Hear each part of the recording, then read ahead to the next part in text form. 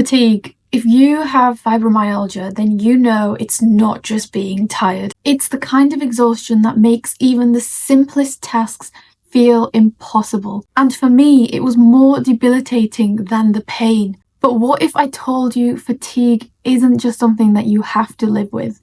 What if there's a way out? If you're struggling with fibromyalgia-related fatigue or you have chronic fatigue syndrome, then this video is for you. I'm going to share my journey of how I went from a cycle of feeling trapped in exhaustion all the way to how I got my energy and my life back. I'll break down the mindset shift that changed everything, the theory that I worked with, and the practical steps that I took to recover from fatigue and some things that you can do starting from today. So if you've been feeling hopeless, I want you to know that healing is possible, and today I'm going to show you why. Let's start with what the fatigue actually felt like.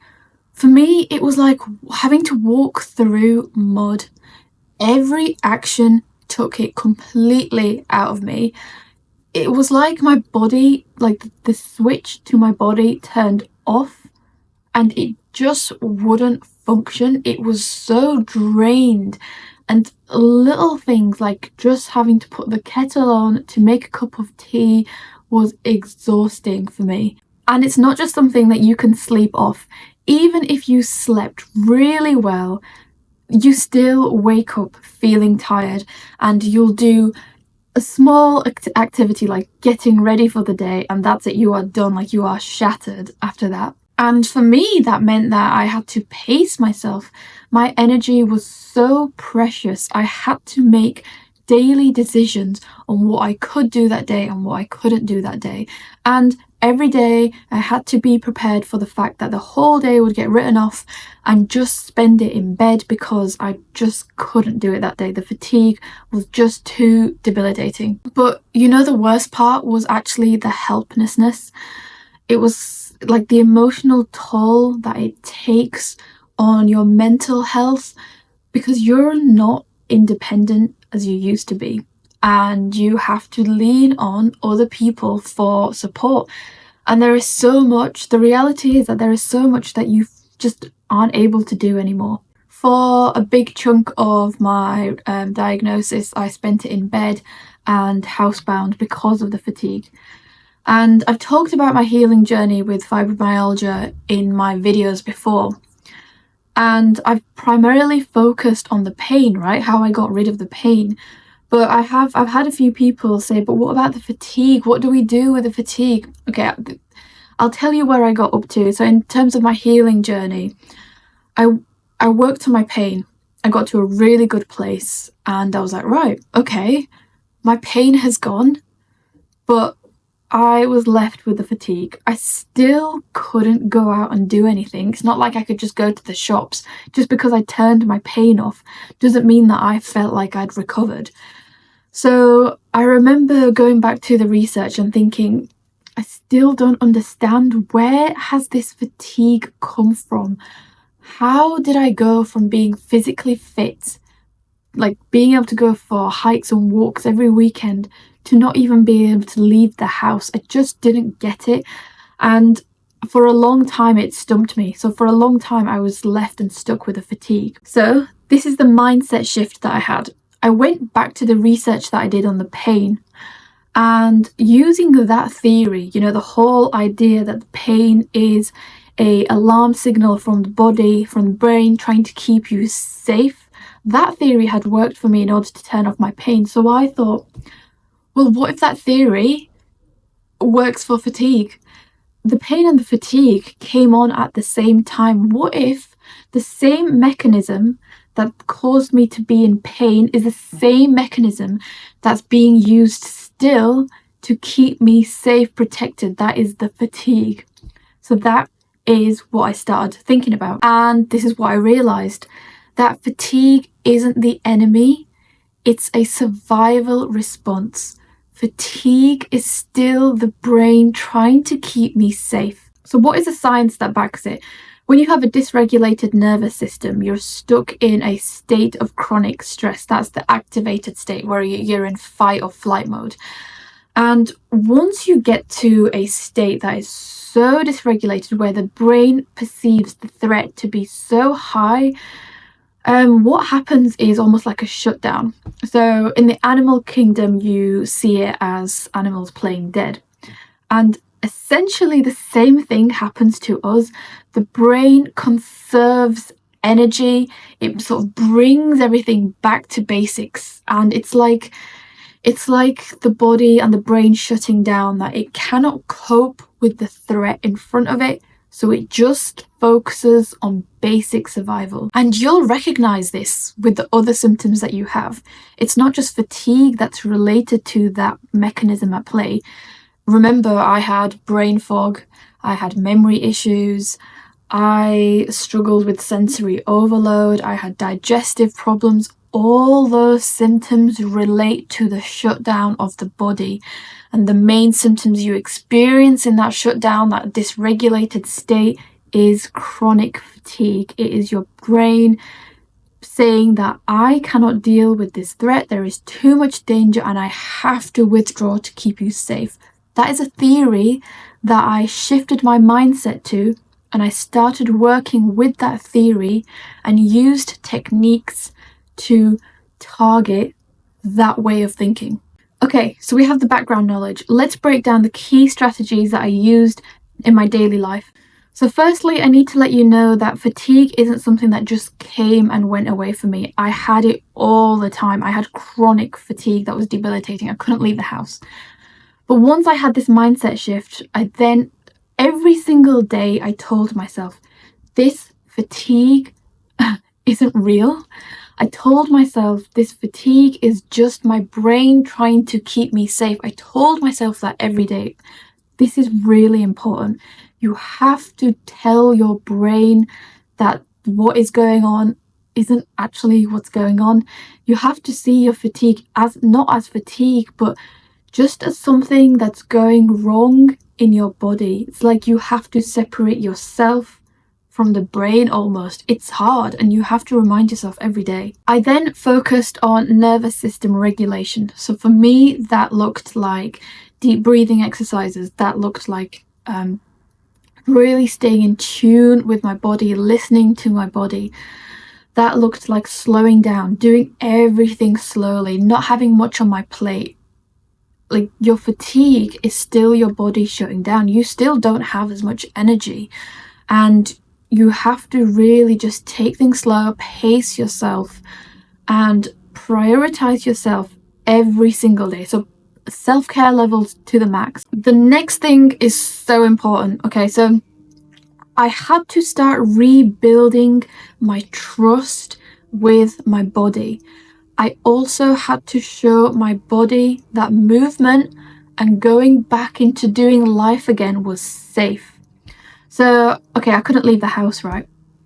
But I recognized technically there was energy that my body was capable of giving. I just had to show my brain that life outside the house was safe. So, break it down. My goal was to be able to walk outside. So, for 2 to maybe 3 times a week, I would go outside and walk up and down the drive for maybe 30 seconds. That's it. Really, remember, I couldn't do much. And then I would build it up. I built my way up to a minute. And then I built my up to doing this little walk every single day. And then I would then start carrying my own bags. So it was really, really gentle, and I wouldn't take it too far. I would just do tiny little things. At the same time, what was really important to me was being able to drive again. Think about driving. You've got arm movement, leg movements, you've got to focus. There was so much going on. So I focused first on just driving around the block once a week. And then I built it up to twice a week, 3 times a week, until that felt easier, right? And it wasn't much of a mental challenge to do. And then I built it to 10 minutes, 15 minutes. And then all of a sudden, a few months later, I was seeing my friends. I was able to go to the shops. I was then able to drive to the shops, walk around the shops as well. The other thing that was really important to me was being able to do chores. So I remember not even being able to make my own bed because the duvet was heavy. But then I thought, okay, what's something I can do? Maybe like the dishes, right? That is going to work on me being able to stand up for longer periods of time. So this sounds ridiculous, but I literally started with washing one mug a day. That's it. And then I increased it. And sometimes I would get really anxious about it. And so I would on those days where I struggled, I told myself, do you know what? My fatigue might flare up. And do you know what? That's okay. I expect that because my brain is so used to doing that, it is most likely going to happen. So I thought, you know what? Let it come on. Let it be. It's almost like I encouraged it to happen. I encouraged the fatigue to get worse. I was just like, come at me. It's fine. I can deal with you. I've dealt with you every day. You flaring up right now isn't going to make anything worse. What's important to me is that I'm still building up my safety and my trust levels with my body and proving to myself that the things that I thought I can't do, can actually do. It's just going to take time to build it up. I honestly think that if I knew my theory of what the chronic fatigue in relation to the fibromyalgia was, you know, how it's using the same mechanisms that are keeping your pain going. If I knew that, if I was so sure that that is what it was caused by, I would have got better quicker because I wouldn't have been doubting myself. Because so many times I thought, well, this is it. I've got rid of the pain, but that's it. I'm still debilitated and I still can't do anything. Maybe there is no actual recovery from fibromyalgia. Maybe that's it for me. But no, I don't want you to give up. If you're struggling with fibromyalgia fatigue, please know that there is a way out. Things can get better and you will be able to do things again. I'll tell you where I am now. I am able to drive. I am able to go to the gym. I have started going to boot camp sessions. This is the most I've ever weighed because I've built up muscle and strength. Not only do I work full time, but I have all this social media stuff going on about sharing my story with fibromyalgia, which I do after work. I have the energy to see my friends. I have the energy to see my family. And genuinely, this is the best I've ever felt in my life. I didn't just get better from the fatigue. I now have more energy than I've ever had before. So if I went from not even being able to pick up my own water bottle to being where I am today, then I believe you can do it as well. Oh, and just because I've just mentioned being bedridden, if you're bedridden and you can't even do anything because of your fibromyalgia, I forgot to mention the very first thing I ever did, because remember I couldn't even get out of bed, was I used visualization. So visualization actually activates the same pathways in your brain and activates your muscles just as it would as if it was doing it in real life. So I would visualize every day. I would visualize walking. I would visualize seeing my friends. I would visualize having a life again. And that is because I physically couldn't do anything at that point. So if you're bedridden, start with visualization techniques. And another really good tip is actually I would get really anxious about visualizing going outside the house again. Like it was just too much to even think about. Like my anxiety would go up and then my pain would flare up. So if you're one of those people, start off with a picture. Start off with a picture of what you want to be able to do. So I had a picture of people walking in a city centre. I associated that with like being able to see my friends again. So for a few minutes of the day, I just looked at that picture. And then when I felt comfortable with that, then I started visualizing it and then I started doing it in real life. So just break it down. Tiny little steps, you'll get there. You know, in my next video, I'm actually interviewing somebody for the first time on my YouTube channel. I'm going to be interviewing someone called Max. He had chronic fatigue syndrome, and it's so strange how similar our stories were. Even though I had fatigue and he had chronic fatigue syndrome, our healing journeys have a lot of similarities, and I'm going to be asking him all the techniques that he did to recover from his fatigue. He was bedbound for years, and it'd be really interesting to see what kind of things you guys learn from that. If any part of this video resonated with you, drop a comment below. I'd love to hear from you, and let's talk. Let's keep sharing this story. Remember to follow and subscribe. I have a YouTube channel, Curing Fibromyalgia. You can find me on TikTok and on Instagram as well. Good luck with your healing journey, and I'll see you very shortly for my next video on fatigue.